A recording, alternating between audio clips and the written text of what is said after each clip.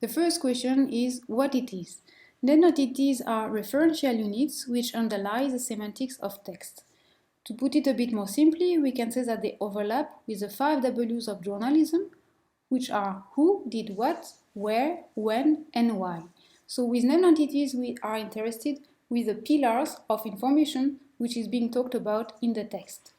More concretely, they correspond to proper names and definite descriptions, which are generally of type person, organization, and location. So we could have, for example, a person who is named Martin Hirsch, a proper name, and an organization, Assistance Publique Hôpitaux de Paris, which is a definite description. Overall, it's being said that approximately 30% of content-bearing words in news text are proper names. Therefore, it's important to be able to extract them and to automatically process them. What do we do when we process them? Let's take an example with this French sentence, une déclaration controversée de Martin Hirsch, etc., etc. The first thing that we want a system to be able to do is to detect the boundaries of a named entity. Where does it start and where does it stop? This is a step of recognition. Once we have recognized them, we want to assign them a semantic category, in this case, person, organization, location. This is a step of classification. Afterwards, it is good to be able to link each mention of a named entity in a text to a unique identifier, which is usually stored in a database such as Wikipedia, DBpedia, Wikidata, or another one. This step is called disambiguation or also linking. And finally, once we have processed a text and recognized the named entities, we could try to discover the relationship between them, and in this case, to say that Martin Hirsch is the director of the Hôpitaux de Paris Assistance Publique. What does it help to search? How does it help searching a corpus of newspaper with named entities? If we take the example of Montgomery, who is one of the main characters of the Battle of Arnhem, and we want to retrieve articles mentioning this entity, we could start first with a simple keyword search, Montgomery, and in this case we have quite some results. If we refine this search by adding a temporal filter, such as after 1935, we still have a lot of hits, but we might say, okay, that's what I get from the corpus, this is the period which interests me, so I will look at them. And what do I find in this result?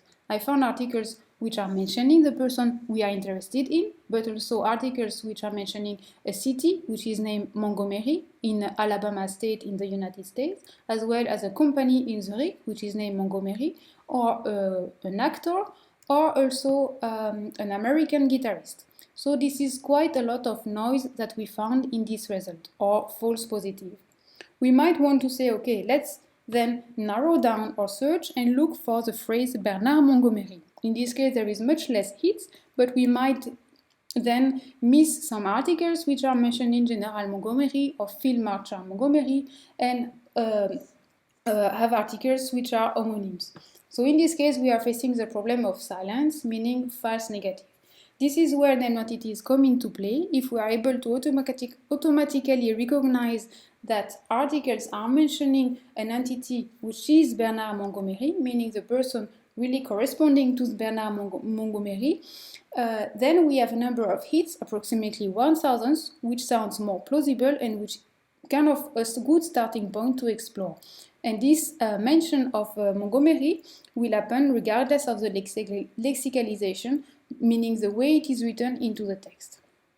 Concretely speaking, the recognition and the linking of named entity works quite well on contemporary news in English. However, when we apply this on historical text, we have a lot of difficulties, mainly the problem of OCR noise, but also the problem of the fact that language has evolved through times and we are facing old spelling, and the problem of lack of training data to build the system. Within Impresso, currently, what we do, we apply state-of-the-art of named entity recognition and linking for person and organization.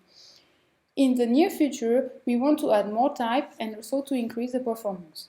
One last point to consider is that we are also participating into CLEF, which is an evaluation conference of computer scientists.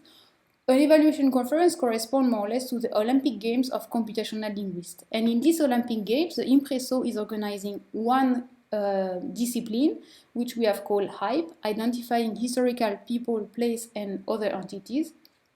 And the goal in this the competition is to recognize named entities in historical newspapers.